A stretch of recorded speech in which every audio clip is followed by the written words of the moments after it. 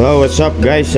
Meron tayo palang bagong customer, matagal na palang customer to, no? Pre-haircut na nga siya ngayon eh. At ang papagupit niya ngayon ay low taper. Ito, bagay na bagay ito sa mga gusto yung mahaba pa yung taas.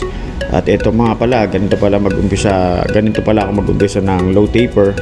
Siyempre, kanya-kanya tayo ng diskarte kung paano tayo mag low taper, ano?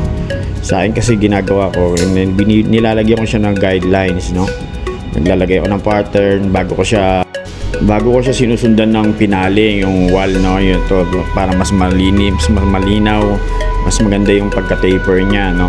Medyo mababa lang pala yung ginawa kong taper dito dahil ang request ng customer natin ay low taper, no? Bagay na bagay ito sa mga gusto yung mahaba pa yung taas at medyo nakapaharap, parang ang tawag kasi nila rito taper na French crop, parang ganun, no? Ewan ko kung ano.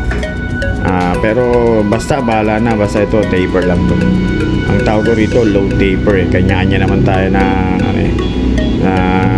tawag, no, sa mga gupit, pero hindi natin alam kung ano talaga yung tawag dito sa ganitong gupit, guys.